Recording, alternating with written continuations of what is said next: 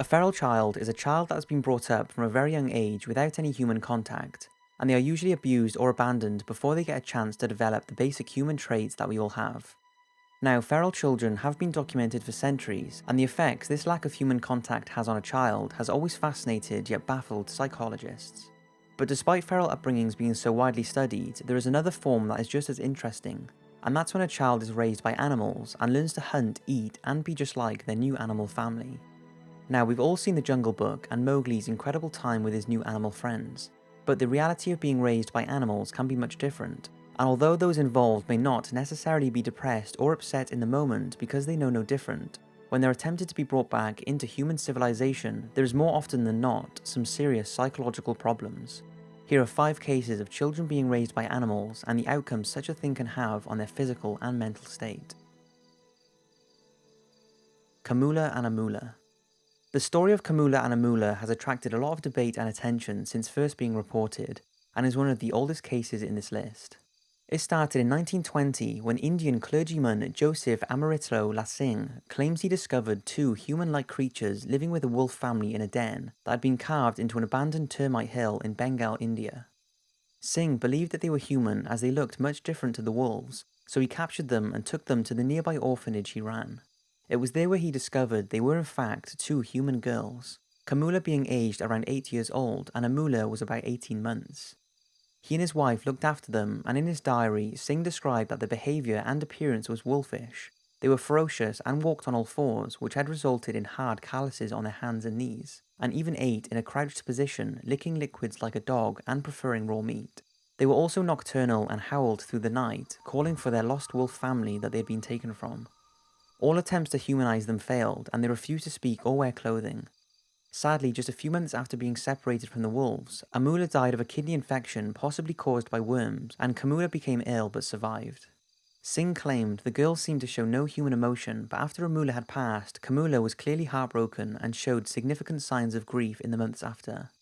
Now alone and unable to relate her animal behaviour to her sister, Kamula was comforted even more by Singh's wife and slowly began to learn some human mannerism. She would mostly stand upright to move around, and she started to develop a small vocabulary, as well as recognise colours and others around her. By now, the world was aware of Kamula, and she was invited by the Psychological Society of New York to make her first public appearance. The invitation was declined as her health was deteriorating, and on the 14th of November 1929, she died after contracting tuberculosis. After researching Mr. Singh's diary of the events, it's believed the pair must have been abandoned when Amula was born, and since she was around 18 months when they were found, they must have been living with the wolves for that period. Why they were left is unclear, but psychologists have come up with a theory that the 2 girls could have been autistic with congenital defects. Whether this was the reason they were abandoned, or whether they both developed this from growing up with the animals is unsure, but it just goes to show the psychological and cognitive effects being raised by animals can have on humans.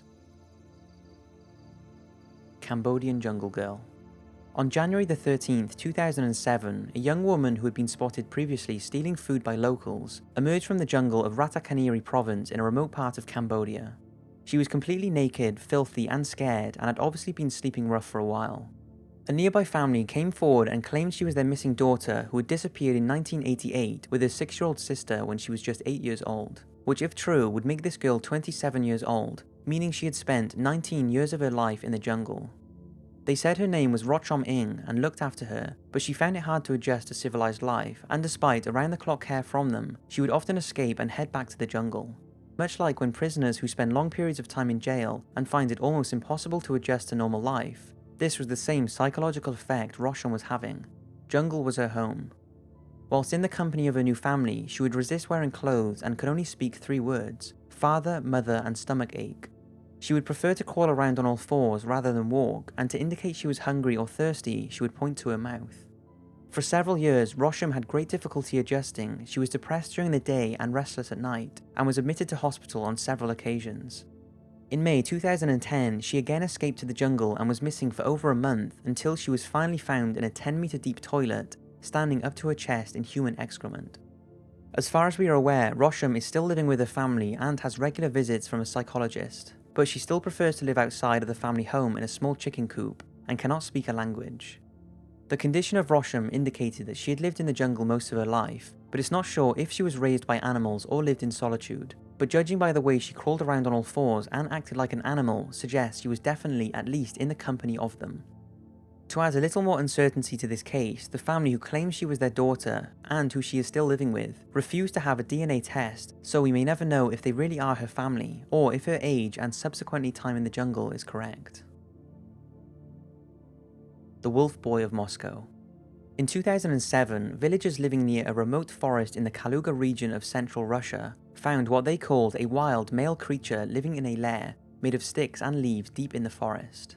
The temperature at the time of the discovery was freezing, so concerned villagers reported the find to the police.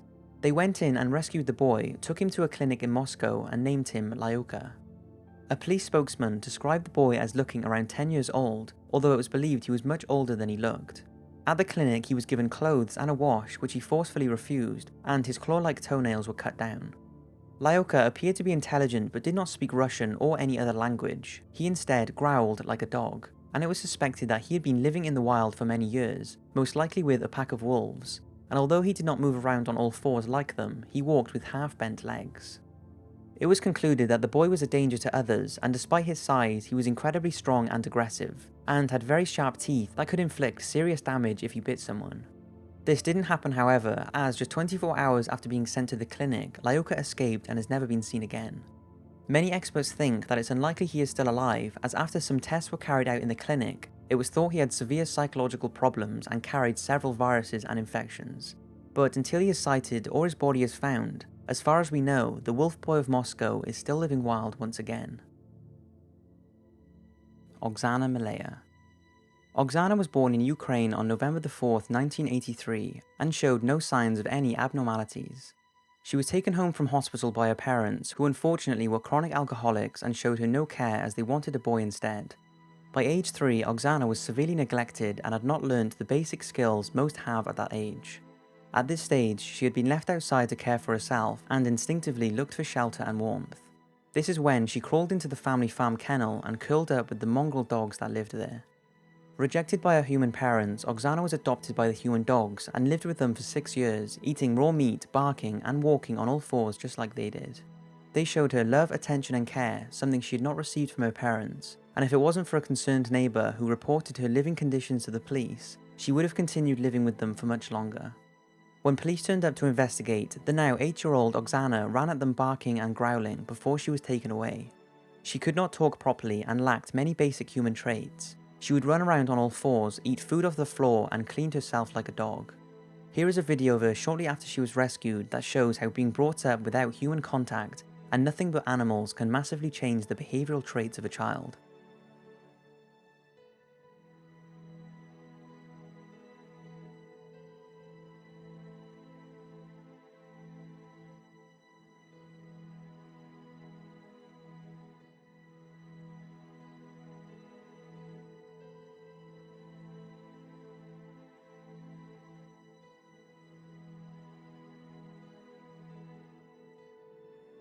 After this, she received intensive specialised therapy and education, and although she will remain intellectually impaired, she can now speak fluently and has a job at the hospital farm where she lives. Oxana's case is one of the only raised by animal stories out there with video footage of the effects it can have, and it really throws fuel on the fire to the age-old psychological debate of nature versus nurture, and whether or not a human's personality, talents, and development are majorly affected by life experiences and the environment from a young age, and not necessarily natural-born intuition. Ugandan Monkey Boy. John Sabunya was born in Uganda in 1988, and at the age of just 2 years, he witnessed his father murdering his mother. Terrified he would be next, John fled into the Ugandan jungle, where he remained for 3 years.